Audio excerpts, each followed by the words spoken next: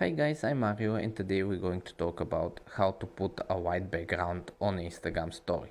It's very simple and easy, so let's get started.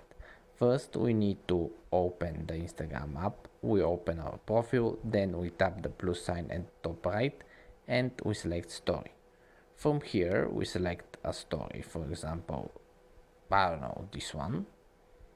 And now you can see the background of this story is black. If I want to change that, we simply tap at the top right the three dots and we select draw.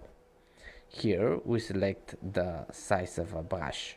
At the left side of the screen we select the maximum size and we choose the color, let's say white. So now we just paint over the image. If we are very careful, we can make it look exactly like we want it.